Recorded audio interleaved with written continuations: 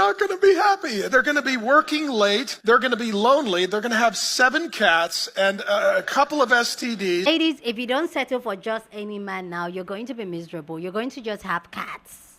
In your 50s, you'll be lonely.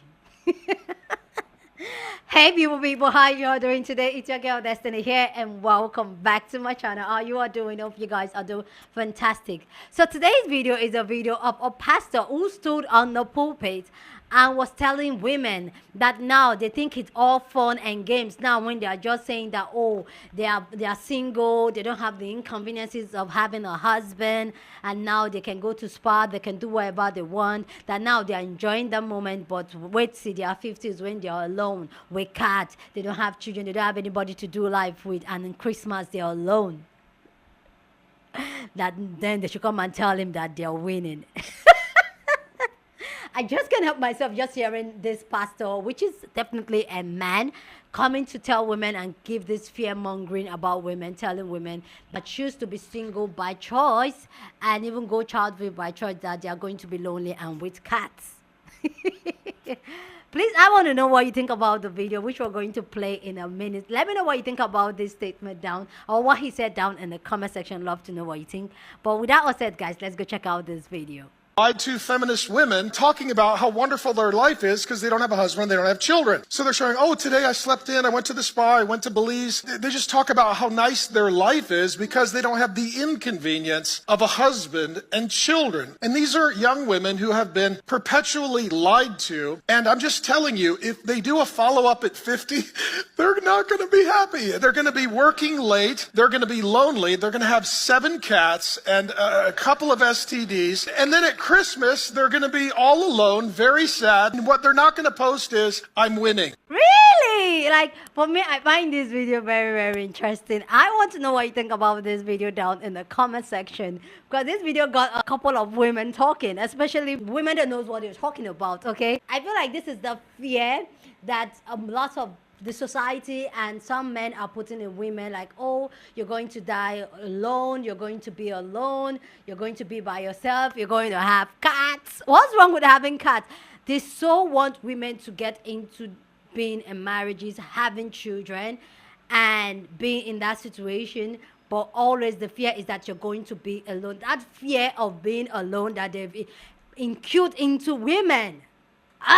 Oh my God. I want to know what you think about this video down in the comment section. But before we go check out what some beautiful ladies have to say about this, please go ahead and subscribe to this channel, because what we do here, we have amazing conversations. So go ahead and subscribe to this channel and click the notification bell, because you don't want to miss out on the conversation.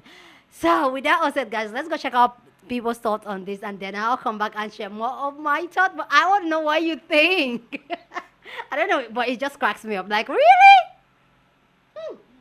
By now, you're all aware of the loneliness epidemic that's going on with single men. And what I find really interesting is the amount of men that are coming to their aid.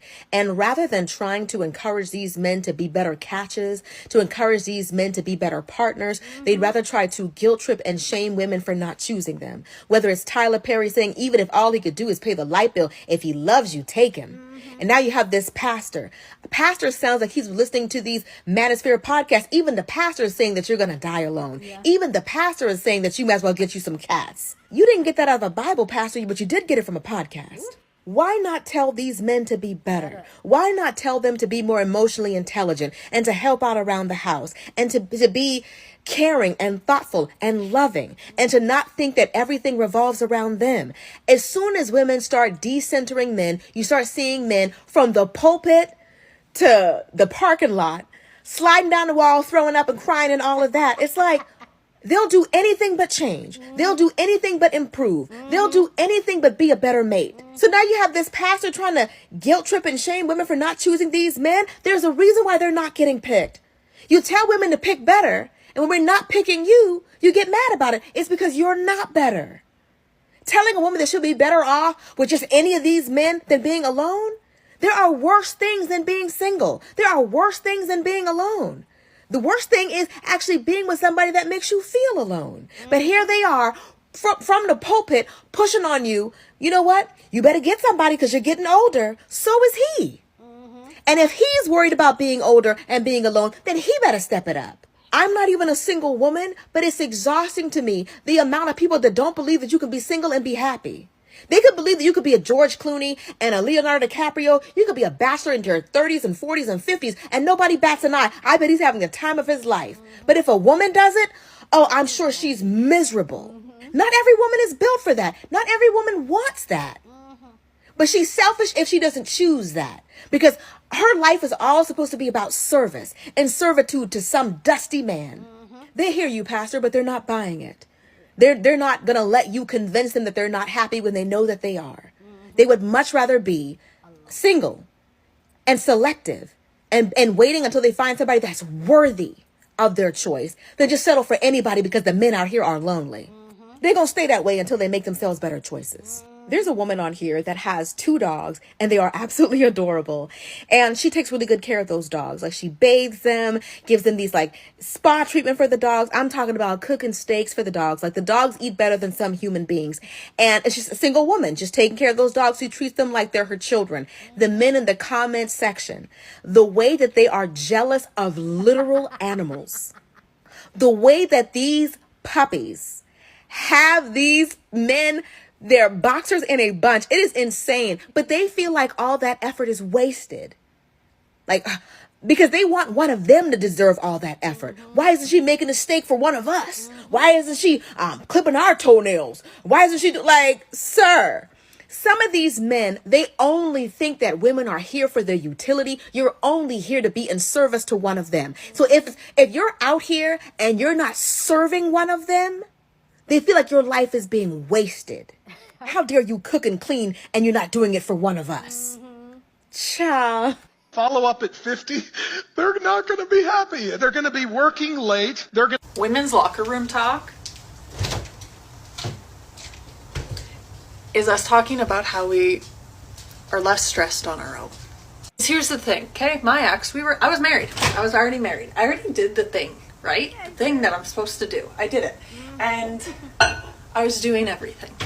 You know, when I moved out of the house, he insinuated he was going to take over the house, okay? I wasn't going to take possession of the house. He was going to keep it. He was going to pay me out for the house, right? And tell me why when I went by the house in the fridge, when we finally sold the house, because he admitted he couldn't keep it clean and keep on top of it because he didn't realize how much I was doing. I went to the house and the weeds, I shit you not, in the backyard, I'm 5'10". The weeds were like here on me. I cried when I saw my backyard because I was like, oh my God, I spent years taking care of this and this is what it looks like. I went inside to clean out the house because the other people needed to take possession and he wasn't doing it. He had been living there, but he wasn't doing it. So I went into the fridge and do you know what I found in the fridge? All over the inside of the fridge that he was eating out of? Mold. He hired a cleaner to come in and clean the bathrooms to help out because it was just too much to do. And the cleaner came up to me afterwards and goes, Sierra, I don't know the last time those were cleaned. When I moved out, because you know what I realized when I moved out?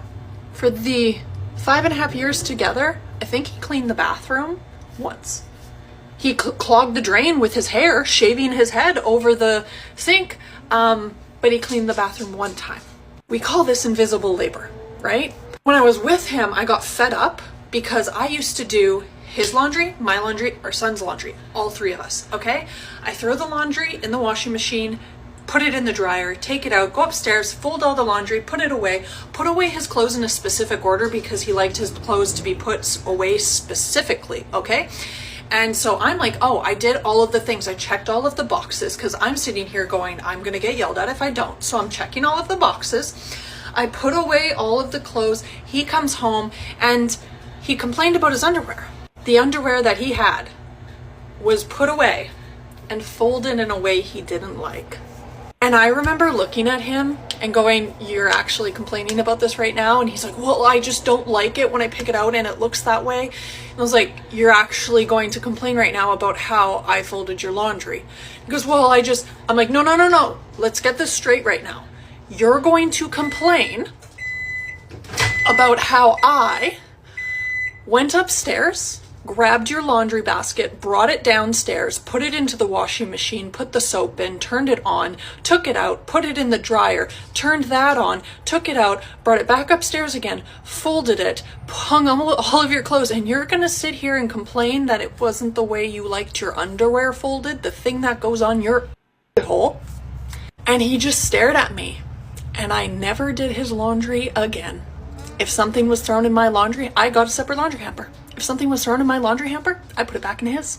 I didn't wash anything. And when I moved out, he realized he also had to do my son's laundry. Now, here's the thing about people or men who are misogynistic, like that church.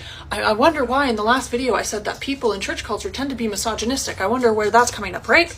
But anyways, you're not threatening anybody with a bad time in having cats and being alone and going to your family for Christmas, not having a kid to do it with. That's not terrible.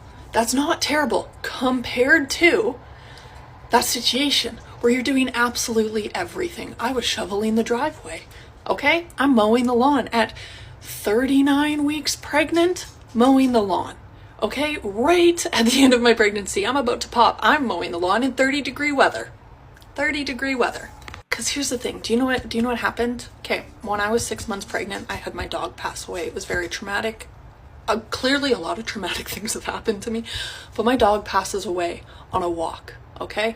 Thankfully, I had gotten a puppy for my ex as his Christmas present when I was pregnant, so that it would be trained by the time we had the baby, right? So that dog passes away. We have this new puppy. It's like a year old, maybe, when the baby is born.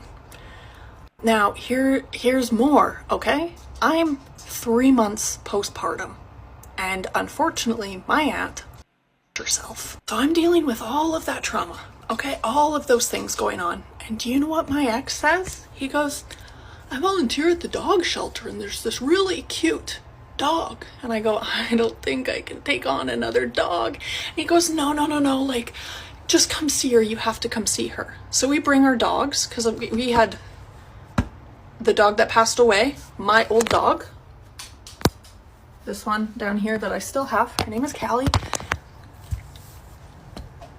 And the new puppy, okay? The new puppy, still alive. That dog, still alive. Takes me to the shelter. And he's like, bring the dogs, because, you know, like, see if they get along. So I'm going, and I've said no to this dog 6 or 7 times. I go to the shelter. I meet the dog. It's a nice dog. It's a huge dog, okay? 70, 80-pound dog. And I look at her. She's a year old, and I'm like, she's really sweet, but honestly, I can't take care of her. And he's like, no, it'll be fine. And I look at them, and I'm like, okay, if we say we wanted to, what's the process? And they looked at me and they go, what do you mean? And I'm like, if we wanted to adopt her, what's the process? They're like, no, he already applied last week. You've been approved. This is pickup. So I'm sitting there looking at this dog that is now my responsibility, on top of the old dog I have that is amazing, this other puppy at home, okay? And my newborn. Overwhelmed. Now you want to sit here and pretend to me that that situation is better than having 7 cats and living alone.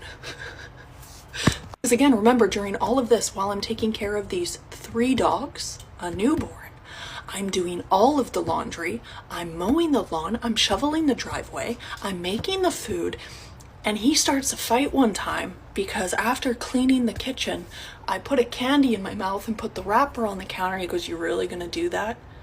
And I'm like, what? And he goes, you're gonna put that there? And started a 2-hour fight over it.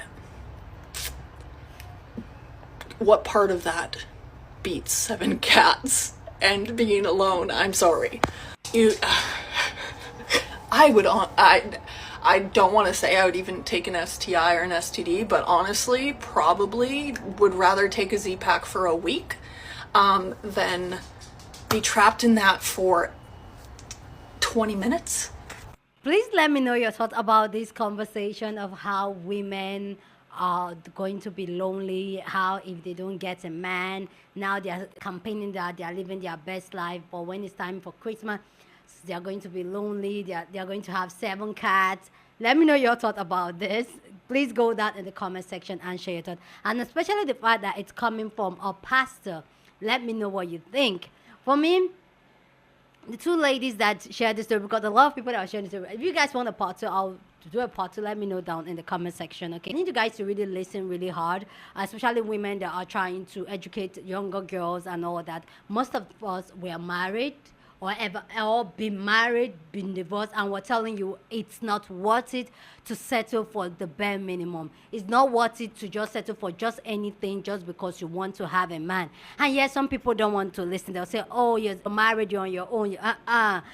Some of us are telling you out of experience, because what was told to us, the dreams that was sold to us, those dreams you saw in the movies, it's all lies. You go in there and you see weaponized incompetent, you see manipulation, you see it being used because this man picked you for his own purpose. I'm not saying all men, but most men will. So rather than you, see, like I've said 1,000 times already on this channel, I'd rather be alone than to be in a relationship that does not serve you, a relationship that you are the woman doing all the work. You rather just be alone. You may think you're lonely, but you will see there are a lot of married women that are lonely. They have their husband, they wear a ring on their finger, but they are lonely as hell. They feel like they are in this life all by themselves. They are doing life by themselves. See, there are a lot of married women that have kids that feel like a single mama. So don't let anybody, religion, society just trick you, put that fear-mongering on you, like, oh, you have to. For me, it's the fact that rather than churches, and this is something I see a lot in my society, in my culture, even churches here in Nigeria do this a lot, that they shame women, make men the prize, because they'll tell women, oh, when you're your 50s, now that you're enjoying your life, if you don't get settled down, when you are old in your 50s, you're going to regret it. You're not going to regret it, lady, if you look out for yourself. If you take care of yourself, you love yourself, you get your back up, you know who you are, you heal your trauma, and you've learned to love yourself, it's a different ball game. I'm not saying that don't want a man and all that, but put yourself first. When you put yourself first, you attract the good ones. And for me, is that rather than society and religious places and all that, rather start telling men that, you know what, these women rather be alone. If you know you don't want to be alone, if you know you want a wife, if you know you want a partner to do life with, then step your game up, do better, be a better man, be more emotionally intelligent, be very active, like change your way, because these are the things the women are complaining about, they don't want to put up with anymore. Because whether you like it or not, if you meet a woman that has been married, like when I'm not talking about somebody that got married a year ago, because they're still playing at that point. I'm talking somebody that has been married for 5, 6, 10. Me, I've been married for 10. August this year, it will be 11 years. I've been married for 11 years. And I'm telling you, do it the right way, or else you will regret it. Either being married, then when you have kids, it's even the worst. We've covered that a lot already here on this channel, where we talk about how the person you choose to have kids change the dynamic of your life. It does. And the person you choose to share your life with also change the dynamic of your life. Because sometimes if you be alone, you can move at a faster pace at whatever you want to do and all that. But when you have somebody with you and you don't have the same vision, the same goal, it's just crazy. But no, rather, religious centers, pastors are telling us, women, to settle for less just because we just want to have a man, just because we are scared of being alone, when there are lots of married women that are already lonely already. My mom is still married to my dad. Should we speak to her about it? Being lonely. This just get me cracked up. Anyway, guys, please go down in the comment section and share your thoughts. Love to know what you think about this amazing conversation down in the comment section. But please keep it respectful as always. Yeah, on this channel, we're allowed to disagree, okay? But we do it in a respectful way. So feel free to share your opinion, okay? Go on and share this video with somebody that you want to be part of the conversation, because that's what we do here. We have banging conversation. So go ahead and share this video. Don't forget to give this video a thumbs up, smash the like button, because this helps YouTube to push out my content for more people to see, and that will be you supporting this channel and this girl. Yeah, with that all said, guys, subscribe if you haven't, and I'll see you guys in my next video. Deuces.